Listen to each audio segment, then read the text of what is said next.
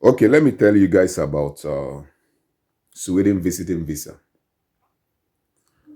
Uh, and you must understand there is a very big difference between tourist visa and visiting visa. So, because of the questions people have been asking, I want to go into visiting visa before someone will invite you. But before that, let me make this thing clear so that you will not make a mistake or somebody will not take your money from you, or you will not just spend your money unnecessarily. There are things you need to know. One is before you start this visiting visa of a thing, of course, there must be somebody that is inviting you, and the person must be in Sweden to invite you to come over. The things you need to find out are one, the person must have a permanent residence to be enable him or to be able to invite you, so that you will not go and give someone that has maybe temporary resident. If anybody that has temporary resident can never invite you. So the person invites you must have a clear record. One, he must have a permanent resident, not to talk of passport, at least permanent. Then if the person have passport, fine, good. But you must have permanent, or you are a citizen of Sweden. Then another one is the person must have a clear record. The person must not have maybe issues with the police or issue with the authorities. So the person must have a clear record on that angle. Another one is the person must not be in a blacklist. That is what they call blacklist. The person must not have credit anywhere. You must also clear your record. You must not have credit with the bank. You must not have credit with anything. So for the person to invite you, it means that the person is capable of taking care of you. The person is even okay, so that you will not fall a victim of maybe they will just take your money like that. So these are the things. But I will take us to the steps, how, yeah, and the things you need to know about visiting visa. And don't misplace tourist from visiting. So follow me. Let's go through the steps like I did about working visa. I am doing this because of a whole lot of calls and SMS people asking me questions about invite, visiting, and so on and so forth. And some are even misplacing visiting from tourists. They are two different things. So follow me. Let's go.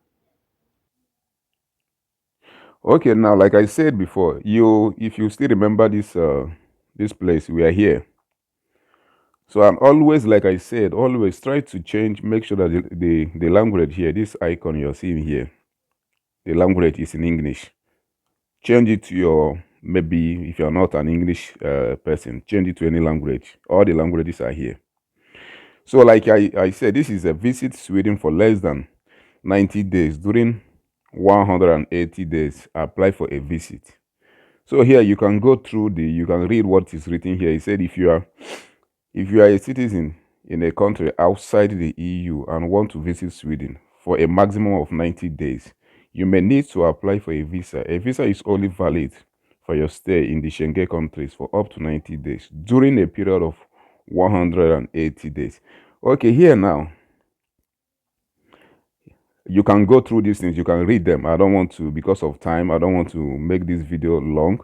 So, but I want to take us to somewhere where the things you need to know. Down here now, it says, before you apply for a visa, now, these are the requirements, the things you need to understand and the things you need to gather.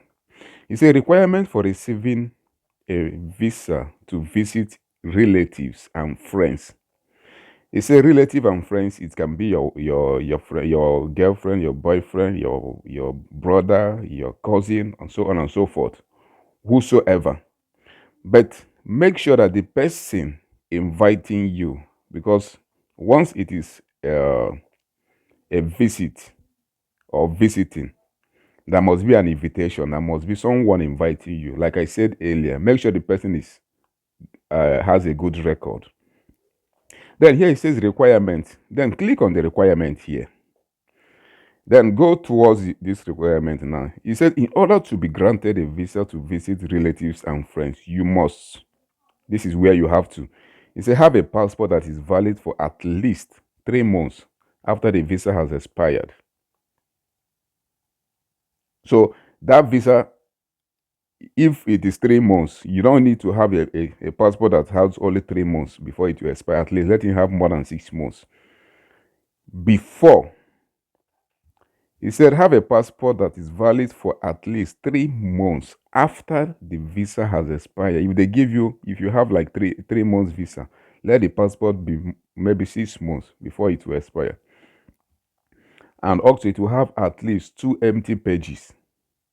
It will have 2 empty pages that is vacant, where they will stamp that visa for you. If it's not coming by card, maybe it will come like a sticker on any of the pages.